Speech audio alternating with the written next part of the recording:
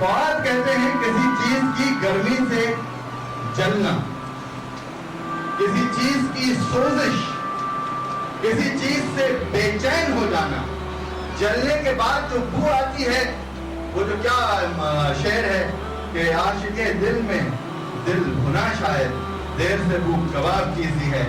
تو حضرت ابو بکر رضی اللہ تعالیٰ عنہ کا معاملہ یہ تھا کہ لوگ کہتے تھے جب ان کے پاس بیٹھتے تھے تو ہمیں لگتا تھا کہ اندر سے کچھ چل رہا ہے. تو پوچھا یہ کیا بو آتی ہے؟ تو کہا اندر میرا دل جلتا رہتا ہے اس بات کے لیے کہ مجھے اللہ نے زندہ بھی رکھا ہے اور کام مجھے لگتا ہے کچھ نہیں.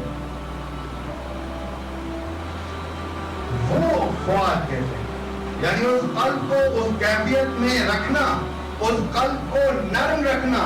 اگر وہ فواد کا معاملہ ویسا نہ رہے تو وہ قلب پھر بدل جاتا ہے. اور فرمایا ثم قست قلوبکم فہی کالحجارہ، پھر وہ قلب پتھر کی طرح سخت، فہی کالحجارہ، وہ پتھر بن جاتا ہے.